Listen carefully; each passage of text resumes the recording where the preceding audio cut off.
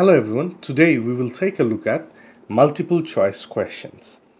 এবং multiple choice questions are very common in the reading test. এখানে একটা example দেওয়া আছে একটা multiple choice question and we will now go through the example together.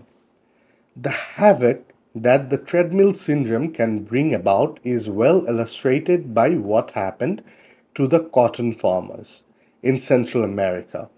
In early 1940s, basking in the glory of chemical-based intensive agriculture, the farmers avidly took to pesticides as a sure measure to boost crop yield.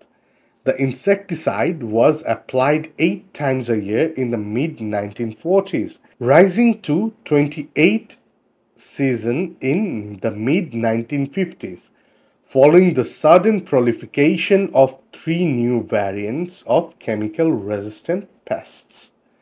So এখানে আমাদের কোয়েশ্চেনে লেখা আছে cotton farmers in Central America began to use pesticides.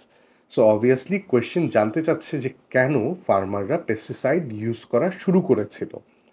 So let us go through the options of the multiple choice question. Option A says because